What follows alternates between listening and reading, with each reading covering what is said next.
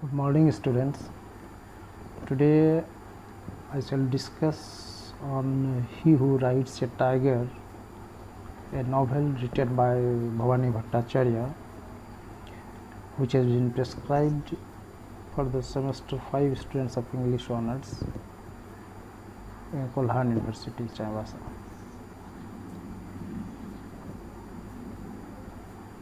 Bhabani Bhattacharya was born on 10th November 1906 in Bhagalpur, Bihar, and educated at Patna University, and then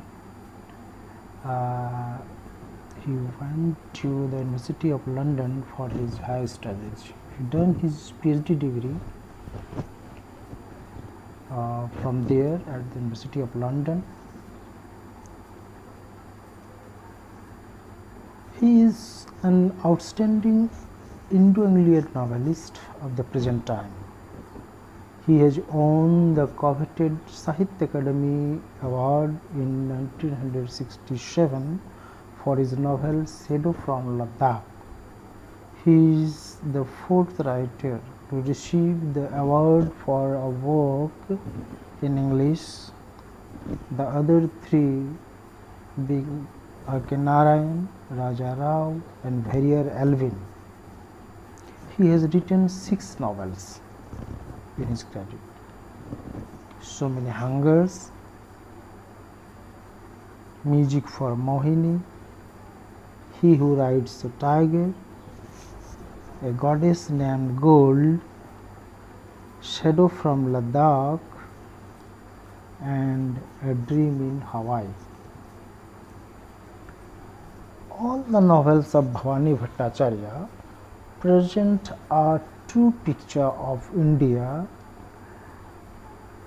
and its teeming millions surging with life and substance. All writings for him has a social purpose. His outlook is highly constructive and purposeful. Bhattacharya's novel He Who Rides a Tiger is based on the ancient saying that he who rides a tiger cannot dismount.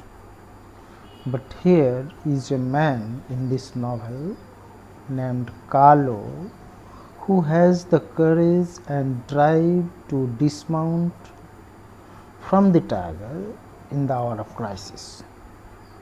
Unlike Raju in Narayan's The Guide, who cannot do so, Kalo has the fortitude and wisdom to face the situation and go back to his original state in order to identify himself with the society from which he has sprung up. This novel is more concerned with the history of an individual, Kalo, and the ultimate liberation of spirit that he achieves. The novel brings home the truth that any individual that rebels against society cannot adjust himself and so has to reconcile himself to it. The crux of the novel is that Kalo raises his spear against the society that disowns him and ignores him even. Its theme, the theme of this novel, He Who Rides a Tiger, goes back to his first novel, So Many Hungers, having for its background and detailed account the Bengal famine of 1943, which rocked the very foundation of humanity. In a way, they are twin novels and owe their inspiration to the same sources, the Quit India movement and the Bengal famine, which occurred in 1943. Nonetheless, there is a marked divergence in the treatment of the theme of famine in the two novels, but in common it is represented as the whirlpool into which the lives of the unfortunate lot have been sucked. The whole story centers in two characters, those of the blacksmith Kalo and his daughter Lekha, more particularly that of Kalo himself, who jets his fury and resentment against a society which has disregarded him most callously and which revolves on the two hinges of caste and caste. He succeeds in taking vengeance upon society by faking a miracle and passing off as a Brahmin priest. But towards the close of the novel, when he frankly admits his true self, he becomes the butt of ridicule and curses of the rich and high caste persons. But his own brethren hail him as the emancipator and spokesman of class freedom. In the words of Beaton, a character of this novel, himself reads like this: the blacksmith's story is a legend of freedom, a legend to inspire and awaken. Quote ends. Now, the different characters in the novel make utmost efforts to participate in life, and it is nothing but man and his struggle with his own fate. The novel is an epitome of man versus society. It relates how Kalo masquerades himself to wreak his vengeance on the society, but ultimately realizes the futility of his disguise. Kalo's disguise is the outcome of necessity. He wants to rehabilitate himself and lives that way, but the malevolent society rejects his honest and humble efforts. Circumstances make him a changed man, and he becomes a cheat and starts deceiving both people and gods. Of the two alternatives lying before him, the one is death and another is cheating. Kalo chooses the latter one and wreaks his vengeance on the society and its rank indifference. Under normal circumstances, he could have sacrificed everything for the sake of his daughter Chandralekha. But when his daughter became a victim to the society, he turned a rebel against this oppressing trend and wanted to defy this social oppressiveness. This was not merely a sociological factor, but it has a more psychological impact too. Kalo gets embittered with the society, which becomes indifferent to his poverty and utter helplessness. He gets all the more wrathful and indignant against it when his daughter is caught in a crisis. Not being able to do anything directly, he wants to pay back the rich in their own coin. He succeeds in his attempt, but conscience overtakes him in the last phase of the drama which he has enacted, and he bursts out passionately with all vehemence. His success is in the nature of a personal revenge on the society. But what is it that he has gained? The question arises now. He could not redeem the society from its evils, nor could he reshape the life and career of his daughter Chandralekha. There is a clash between the father and the daughter. While Kalo rebels against the society at large, Lekha rebels against her own father and his policies.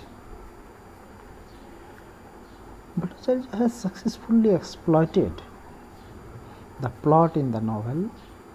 The theme of the novel touches the core of the human heart. The novel mirrors the naked horrors of the famine, the ruthlessness of society, and all above, the psychological and superstitious temperament of the people. It is an irony of the human nature that the rich people who treat the poor as the meanest creature crawling on the surface of the earth do not mind offering any amount for worshipping God with sincere hope that He would bless them in their immoral acts and although full and immoral transactions. The novel sets its aim against orthodoxy and superstitions of the people. Another major factor is against the religion, which can easily be cast in India anytime. This is represented in the milk crisis of the novel. It also condemns capitalists like Sri Abal Bandhu, who have absolutely no human values with him. The essence of the novel is that fraud never triumphs over conscience.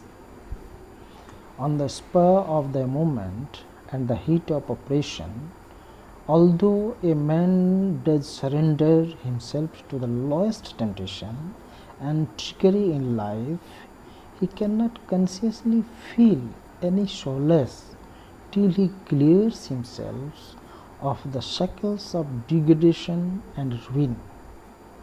He feels restless and goes back to his ethical plan. The fate of the millions is written in the face of Kalo. Thus, he who rides a tiger has for its three-dimensional view: the political, economic, and social background. It is in man a social novel. The protest against the caste system lashed out in this novel gains a new dimension because the main symbol of this protest is himself a Brahmin. The institution of prostitution and the principle of bigamy are the two other aspects that Bhattacharya condemns with vehemence. He gives suggestive, meaningful, and significant names to his characters in keeping with their roles. Bhattacharya loves deep involvement in life. A strong sense of social purpose drives him to write. He presents a cross section of contemporary society in India. He gives a total impression of the orientation of the social life in India. The sociological obsession and psychological clashes of individuals involved in an Indian village are conveyed in this novel through the character of Kalo, and his daughter Chandralekha. The beastly vices of lust and trading in the flesh of the poor and helpless, and the superiority of specific class in the society, especially in the city of Calcutta and its nearby towns and villages, are depicted with force and satirical power. Superstitions too raises its high hand. The whole story, more or less, centers in the life of Kalo and his daughter Chandralekha. Thus, he who rides a tiger is an attack on both who profited by people's misery during the famine of 1943 in Bengal and those who exploited them as caste tyrants. It is a legend of freedom, a legend to inspire and awaken. His themes generally revolve around poverty, hunger, pestilence, traditionalism, caste, Indian struggle against poverty, industrialization, and the resulting controversy of Gandhian panacea versus rapid industrialization. Thank you.